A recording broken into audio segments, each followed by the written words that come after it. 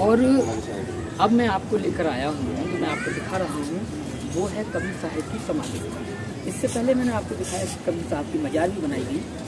अलग अलग समुदाय के लोगों ने अपने हिसाब से उनके मानने का तरीका, उनको पूजने का तरीका निकाला और अपने अपने जो स्थल है वो बना कर तैयार कर दिए। तो यहाँ भी एक कबीर साहब का स्थल बनाया गया है, जिसको आप कह सकते हैं कबीर समाधि मंदिर। स्थल भी नहीं लिखा, मंदिर बना।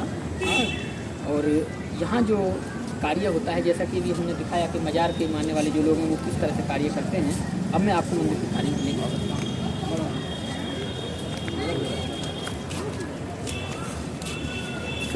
इधर देखो, इधर। तो जैसा कि आप देखेंगे तो कबीर साहब को मानने वालों ने अपने अपने हिसाब से उनको रूप दिया। और देखेंगे कि अंदर भी कबीर साहब की समाधि स्थल है और कबीर साहब को मजार के साथ साथ में उनके समाधि स्थल और ये पूजनीय स्थल बनाया। कबीर साहब जिन्होंने हर आदमी को कैसे जीना है, कैसे जीवन यापन करना है, क्योंकि ये धरती इंसानों की ही नहीं पशु पक्षियों की भी है। क्योंकि आदमी के पास दिमाग है, वो अपना उस दिमाग का इस्तेमाल करता है। और जैसा कि आप कितने उनकी जो कुछ ये वस्तुएं भी यहाँ दिखाई गई हैं। और कबीर साहब जिन्होंने पाखंड पर घोर प्रहार किया, ऐसे कबीर साहब की जन्मस्थली हम आपको घुमा रहे हैं। और छत्र ले लीजिए।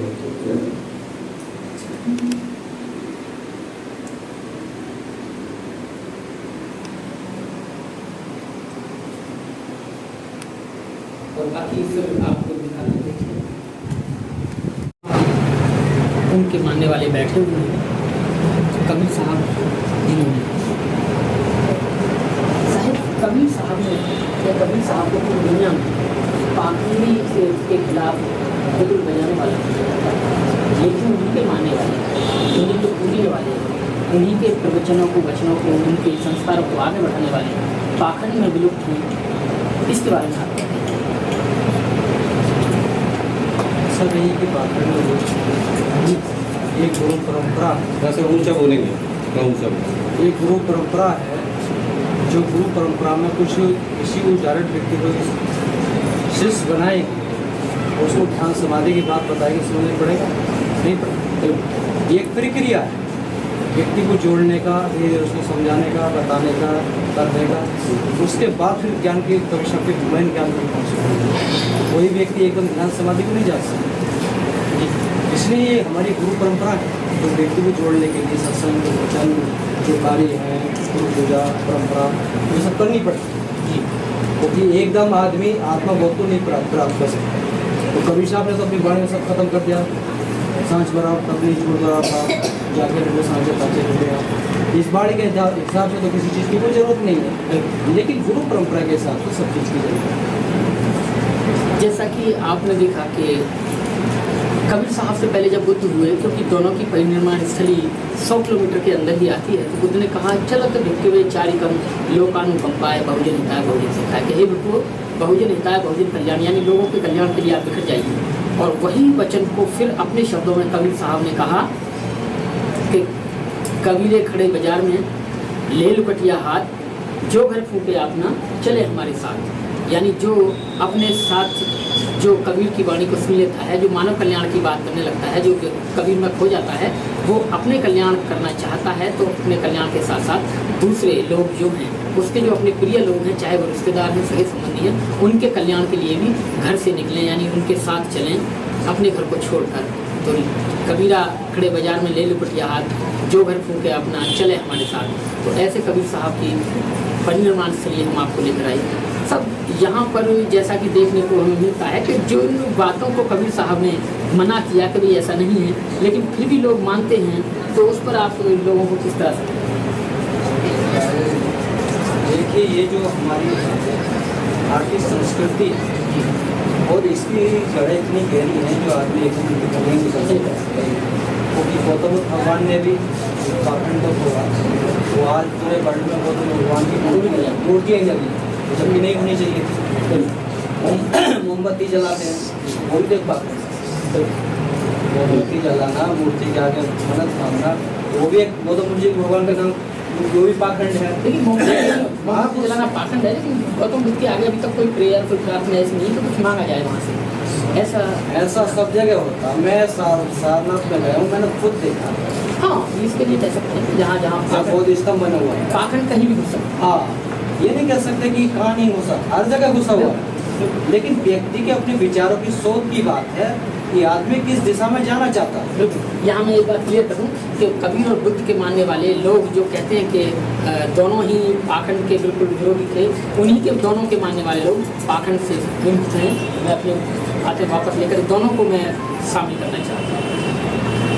हाँ, तो गौतम बुद्ध भगवान ने आत्मा को परमात्मा माना है, अभिशाप ने, लेकिन उसके बाद जो कुछ लोग हैं उसमें कुछ अपना मिलावट कर कर अपना आश्रम चला रहे हैं, मठ चला रहे हैं या अपनी प्रक्रिया चला रहे हैं, लेकिन उसमें एक डायरेक्ट व्यक्ति आत्मबोध को नहीं जान सकता, या उनकी जोड़ने की एक शैली है, गुरु परंपरा है या मर्यादा है मठ की, तो ये शैली चलती रहती है। लेकिन एक व्यक्ति तुरंत अपने आत्मा तत्व में या ध्यान की तरफ नहीं जा सकता, क्योंकि वो पहले से ही मूर्ति पूजा करता हुआ आ रहा है, उसको कूट कूट के जन्म से भर दिया है कि इस भगवान को पूजा तो ये मिलेगा, ये पूजा नहीं, तो उसको तुरंत आप आत्मा सत्ता की बात बताएंगे तो उसके पल नहीं पड़ा। आप वो व्यक्ति का मैं तो गुरु जी के पास गया, गुरु जी ने पूछा कि खाली आंखें मूंद लो भगवान मिल जाएंगे, तो 4 दिन रहेगा, 8 दिन उसमें चला जाएगा। तो ये था कि पाखंड कहीं भी घुस सकता है, उसके घुसने के लिए बस एक छोटा सा दरवाजा चाहिए,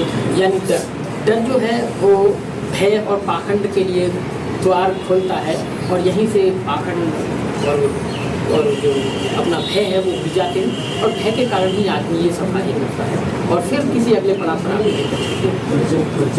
साहिब, मैं एक चीज़ पूछना चाहूँगा आपसे कि जो हमारा जो ये बाहुबली जितना हमारा समाज है, इसको चाहे बुद्ध की वाणी के हिसाब से, संत गुरु रविदास की वाणी के हिसाब से, या कबीर की वाणी के हिसाब से, या ज्योतिबा फुले की वाणी के हिसाब से, क्योंकि जब हम जो भी कार्य करते हैं, अगर मानव कल्याण के लिए कार्य करते हैं, तो हम बुद्ध की बात करते हैं, हम फूले की बात करते हैं, हम रविदास की बात करते हैं और कबीर साहब की बात करते हैं। तो सबकी बात करने के बावजूद इस समाज को पाखंडवाद से कैसे निकाला जाए, कुछ तो रास्ता दिखाना चाहिए।